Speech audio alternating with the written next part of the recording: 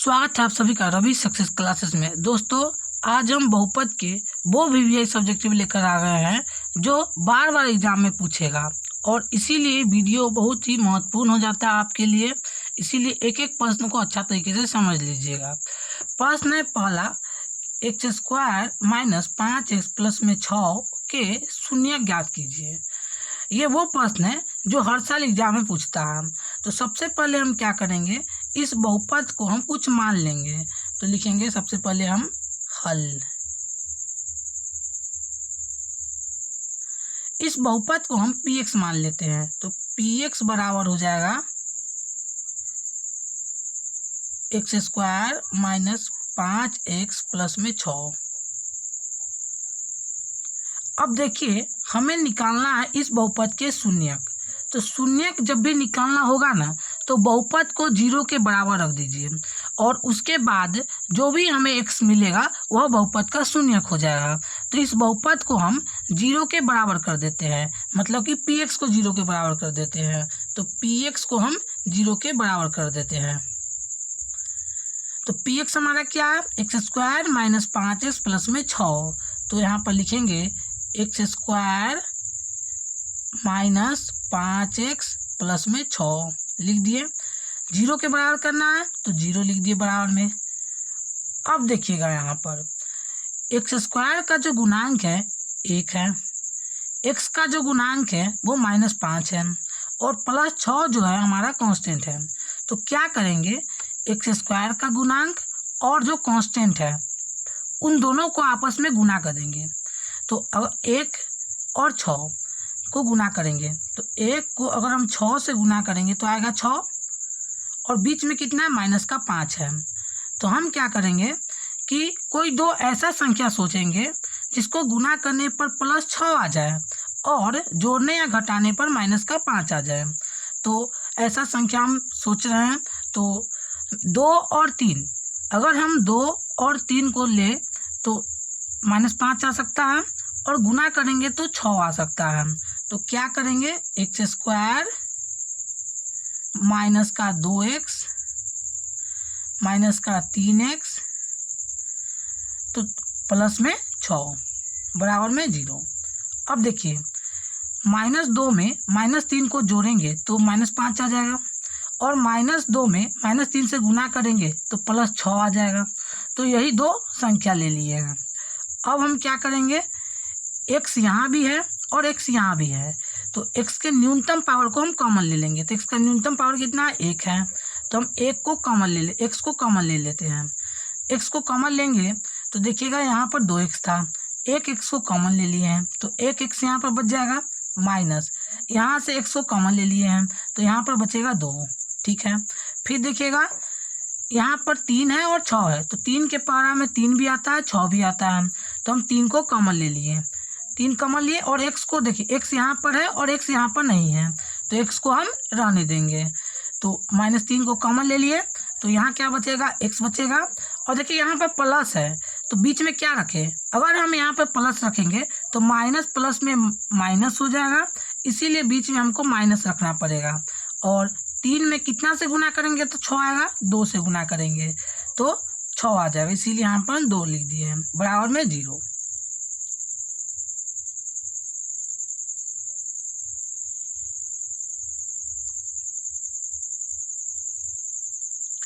अब देखिएगा कि x-2 यहाँ भी है और x-2 यहाँ पर भी है। इसका मतलब जो हम सवाल बना रहे हैं वो सही बना रहे हैं। तो x-2 और को लिख दिए और x-3 को लिख दिए,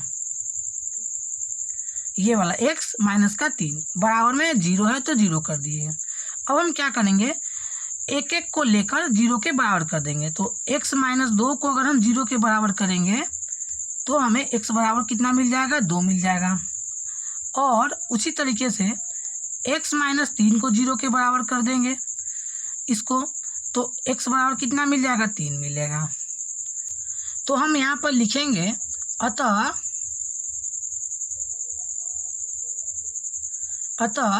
शून्यक जो हो जाएगा इस बहुपद का 2 और 3 हो जाएगा, और 3 हो जाएगा। यही इसका सही जवाब हो जाएगा। कुछ इसी तरीके से हम दूसरा प्रश्न ले लिए हैं, 2x² माइनस 7x प्लस में 3 के शून्यक ज्ञात करें। तो उसी तरीके से पहले हम इस बहुपद को हम px मान लेंगे। तो यहाँ पर लिखेंगे हल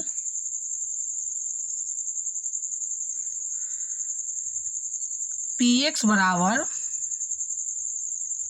2x² माइनस 7x प्लस में 3 मान लिए हैं।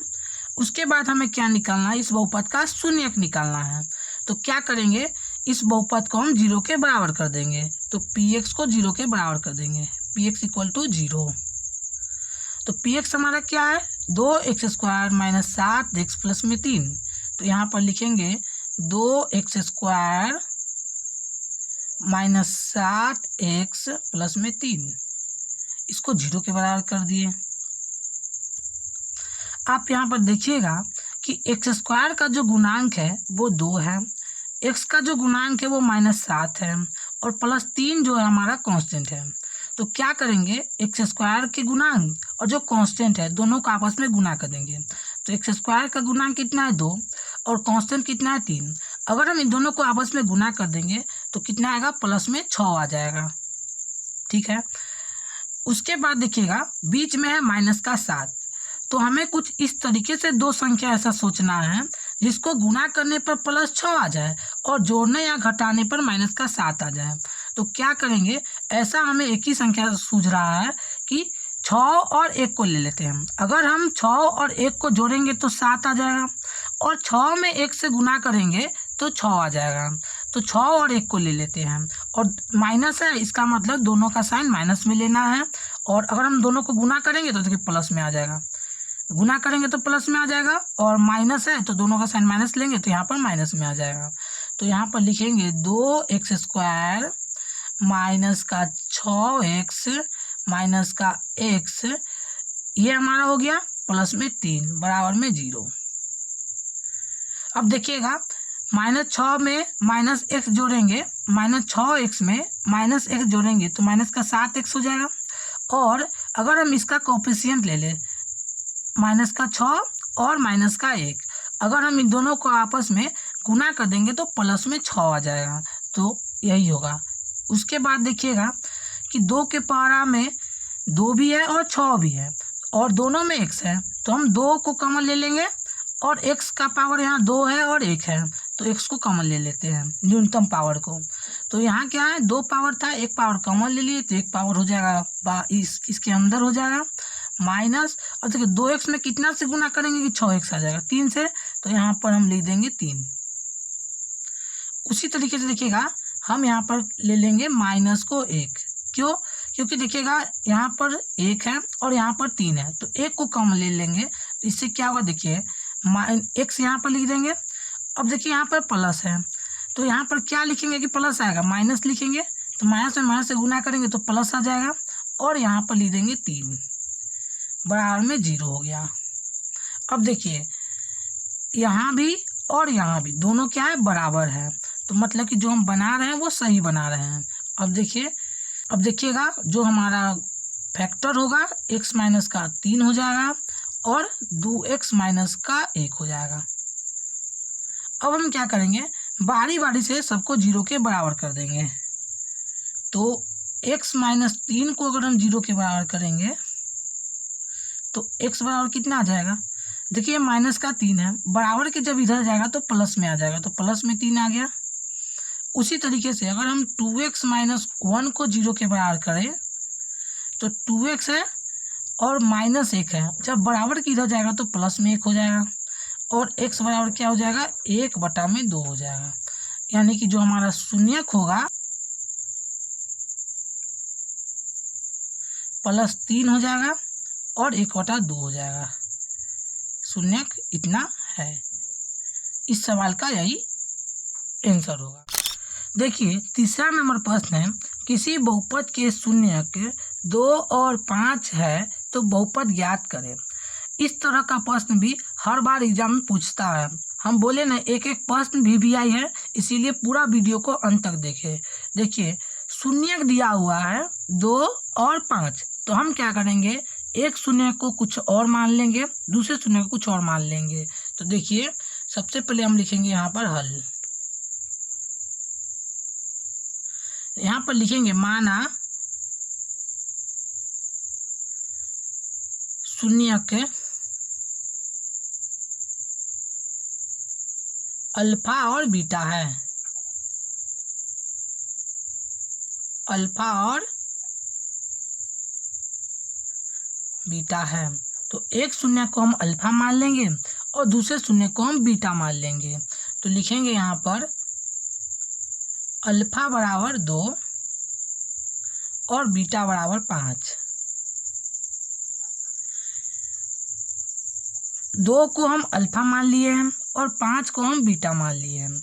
तो अल्फा बराबर 2 हो गया, बीटा बराबर 5 मिल गया। तो अगर हमको शून्यक पता है तो हम शून्यकों का योग और शून्यकों का गुणनफल निकाल सकते हैं। तो उसको हम निकाल लेते हैं।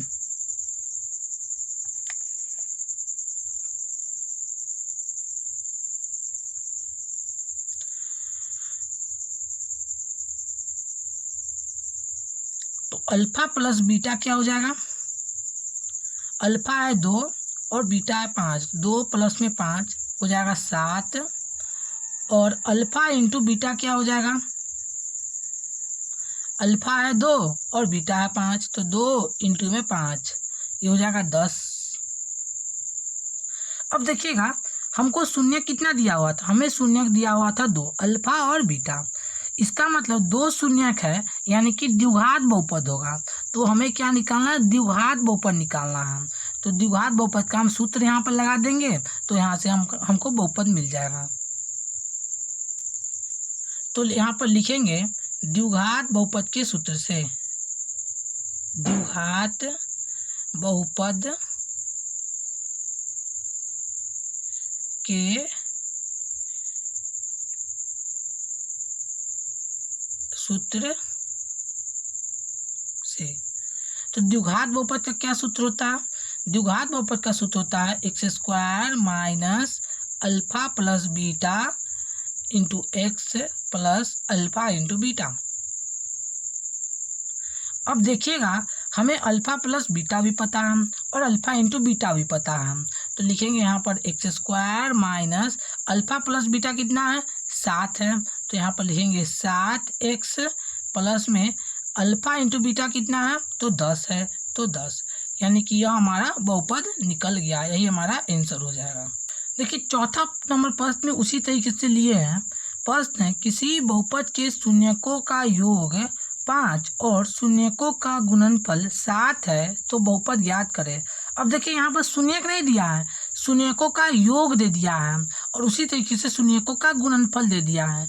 मतलब कि अब हमको अल्फा प्लस बीटा और अल्फा इंटू बीटा नहीं निकालना है, डायरेक्ट अल्फा प्लस बीटा और अल्फा इंटू बीटा सवाल ही दे दिया है।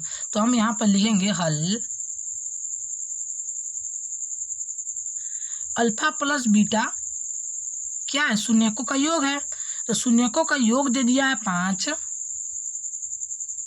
और शून्यकों का गुणनफल दे दिया है 7। तो अल्फा इंटू बीटा 7। अब हम यहाँ पर डायरेक्ट द्विघात बहुपद का सूत्र हम यहाँ पर अप्लाई कर देंगे। तो यहाँ पर हम लिखेंगे द्विघात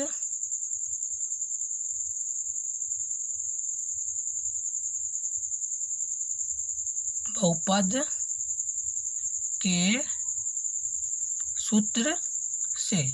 सूत्र क्या है, x² minus alpha plus beta x plus alpha into beta. अब हमको पहले से ही पता है x² minus alpha plus beta 5 है, तो लिख देंगे 5x plus alpha into beta 7 है तो 7। तो यह हमारा द्विघात बहुपद निकल के आ गया है। तो इस सवाल का यही जवाब होगा। दोस्तों ये जो हम 4 प्रश्न बताएं बहुपद में, यह बहुत ही VVI है और हर साल पूछता है। अगर समझ में आया होगा तो रवि सक्सेस क्लासेस को सब्सक्राइब करें, दोस्तों के साथ शेयर करें, प्यार सा कमेंट कर दें। मिलते हैं अगले वीडियो में।